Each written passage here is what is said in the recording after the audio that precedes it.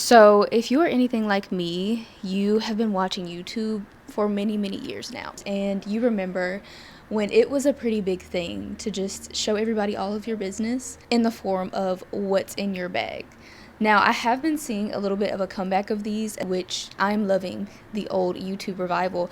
And so I thought I would go ahead and participate and show you what was in my bag, especially since I just recently got this, I would say about a month ago. And because I don't think I've had this convenient of a bag since probably high school. This is a vintage Yves Saint Laurent bag, and I'm obsessed with her. I had been wanting a big leather bag that just looked like really soft, really relaxed, but still looked really chic. So as you can see, this is the clamp right here. We've got the Y, which normally I don't like things that are super gaudy, but because it is so big, I feel like it is a little more on the subtle side. And then I can also just, if I really didn't want to see it, I could flip it backwards and just wear the bag like this. I really kind of lean between gold and silver hardware, which is why I have silver jewelry on, but my bag is gold, so I don't mind mixing, so it doesn't bother me at all. I just realized, why am I making this like a this is my bag and not what's in my bag? I promise you we're about to open it, but it just has the most buttery zipper.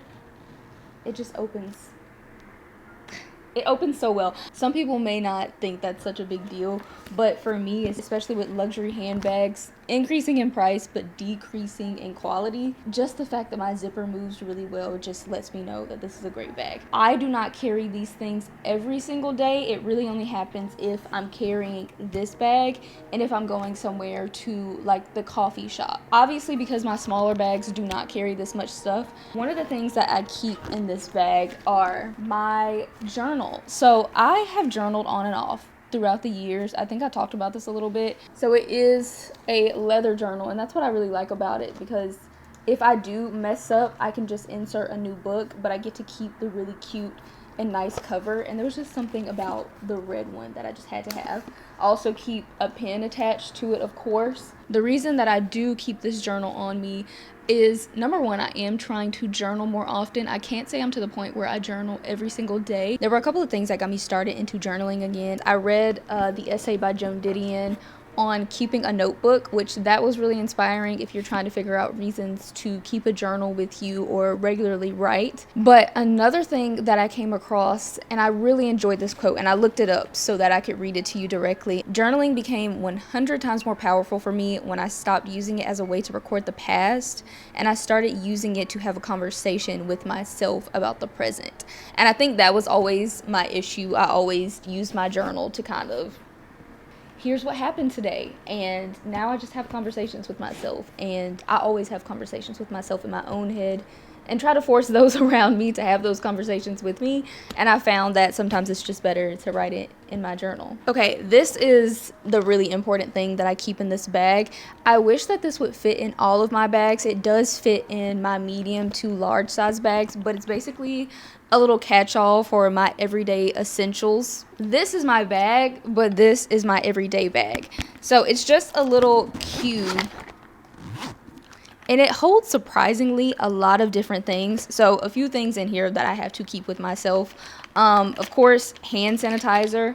I don't know when it happened, but I became a germaphobe a few years ago. I think it was actually in the height of the pandemic, to be honest, when I was a teacher, and just all those little hands just all over everything. Ever since then, I cannot, I won't eat anything without having hand sanitizer. I hate touching door handles. So this is the Dr. Bronner's organic hand sanitizer. I picked this up because I really love the Dr. Bronner's body wash. I try to be more mindful about the products that I use and let sink into my skin.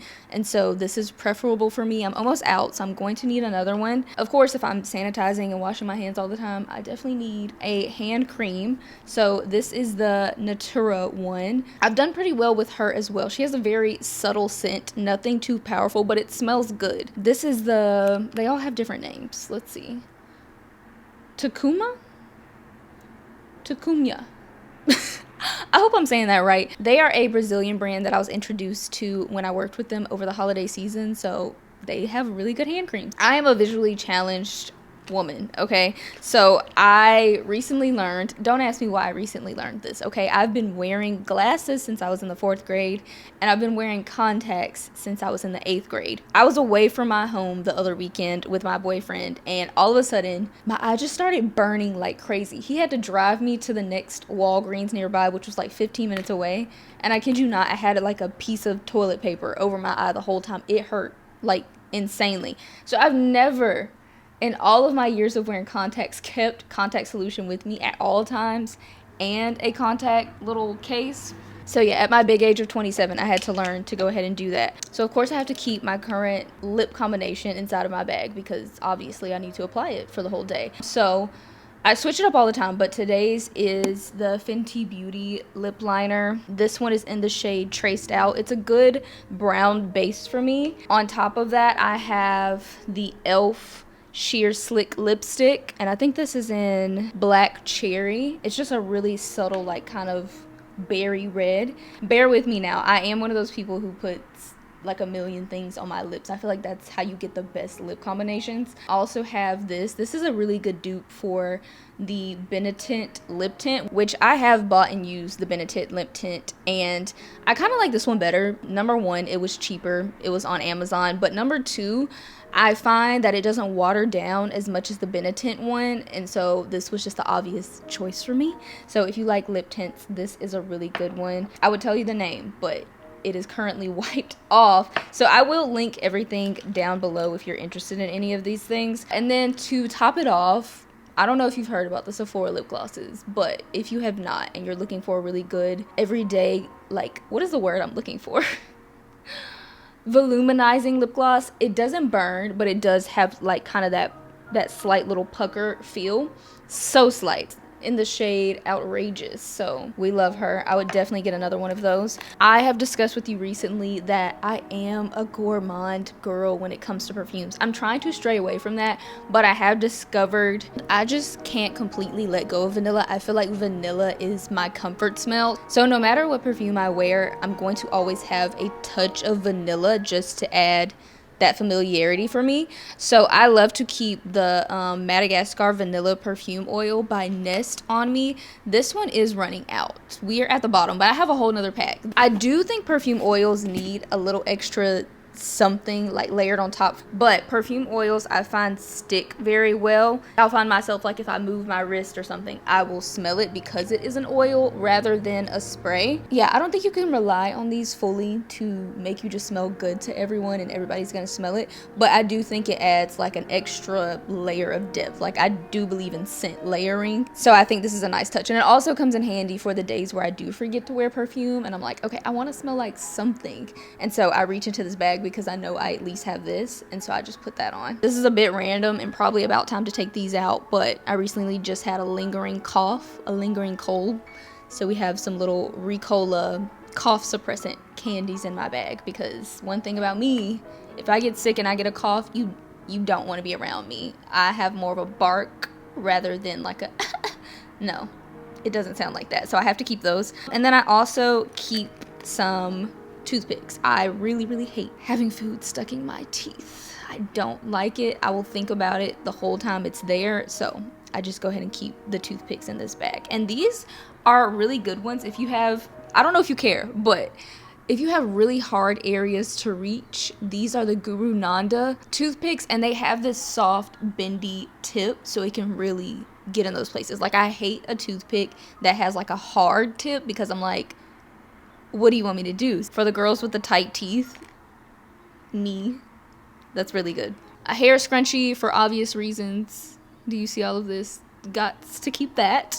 And then I have my AirPods. I do have AirPod Pro Maxes, but sometimes I don't feel like carrying them around. They're ginormous. So I just keep these on me. These are kind of like the old edition. They're not fancy. Whatever the first ones to come out were, I think I bought these in like college possibly. So that's what these are.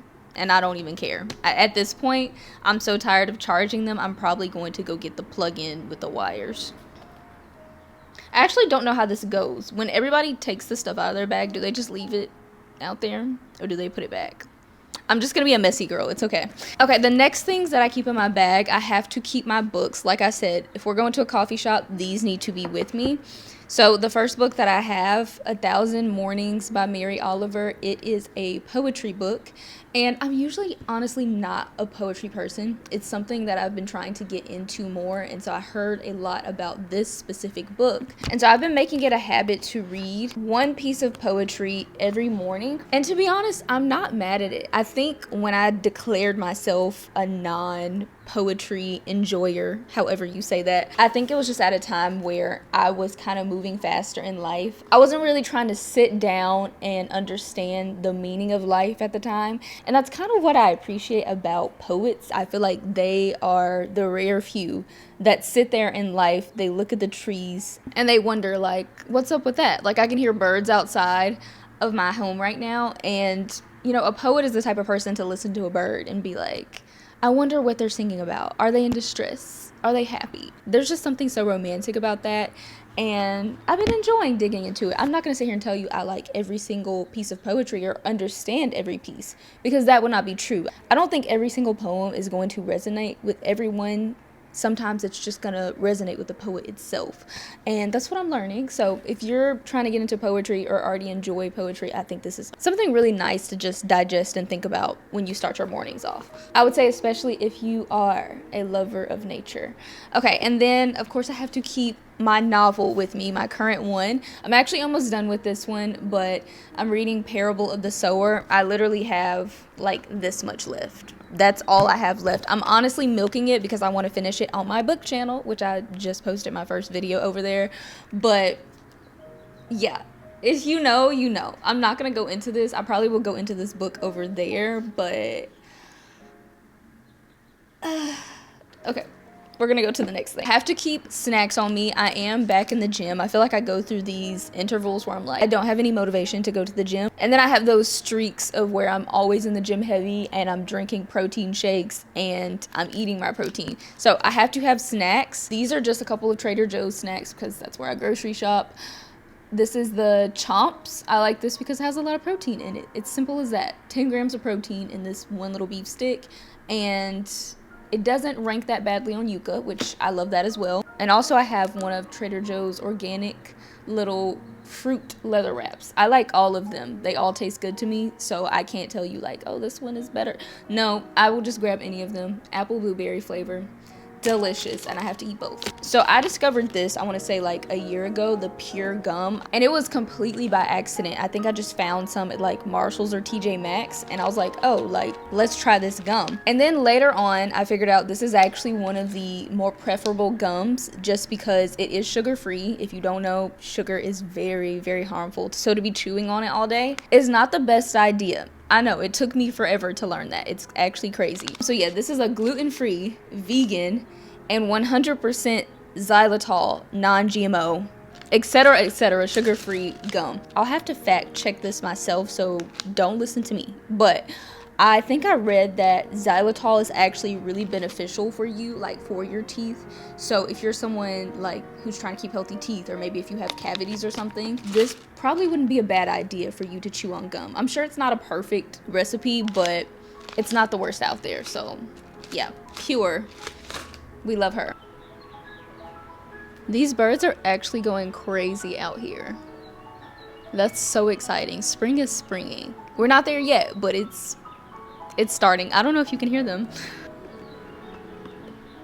Oh, I wonder if I have baby birds on my balcony. That would be so exciting. I can't wait till spring gardening. Okay, as I mentioned a few ago, I am a blind girly, so I do have to keep my glasses on me if I have the room.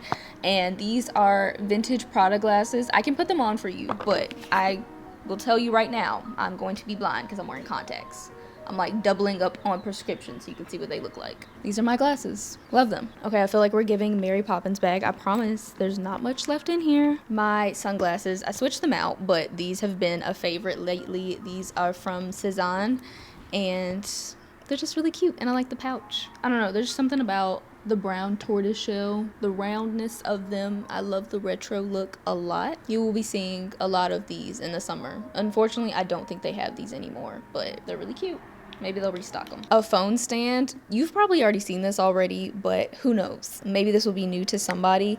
But the Moft little magnetic phone stands. I originally bought this so I could record my ballet classes much easier. But it comes with a little magnetic safe ring. And so you just kind of stick it to the back of your phone. And then it folds out into a tripod like so. So sometimes when I'm out and about, I'll set it up. You can also turn it sideways, like if you're a vlogger like me, and you can just set it down and it will record whatever you want it to record. I use this a lot when I go out to like eat, and I'm being the little vlogger girl that I am, recording myself eating lunch, dinner, or like I said, ballet. But yeah, it's super flat. This is way better than carrying even those tripods that fold out that are like this big. Ever since I got one of these, I really never do that unless I'm trying to take outfit pictures. I just recently got this. I had been wanting a bag mirror. I do keep it in the little velvety patch because fingerprints. It's gonna get fingerprints on it, but the velvety... Did I say velvety patch? I meant velvety pouch. But yeah, I do like to keep it in there because it's gonna get fingerprints on it, and that just keeps it a little bit cleaner. But it is the Merit little mirror. She's so cute. Like, is she not? And it's surprisingly heavy. Like, if you get this mirror, you're going to be shocked when you pull it out, and you're gonna be like, oh, this thing is heavy. So that's another reason I keep it in the pouch. I don't want it to like crack or break, or if it does fall out, hopefully it'll be in the pouch. But yeah, she's so gorgeous. That is everything in my vintage Saint Laurent bag. I know this was a little bit of a throwback concept, so hopefully you enjoyed it. Mind you, I am the type to have like gum wrappers and things like that in my bag, so I spared you. I threw that out before I recorded the video. Now I'm gonna pack this right back up and I'm gonna head out. Thank you so much for watching, and I will see you in the next video.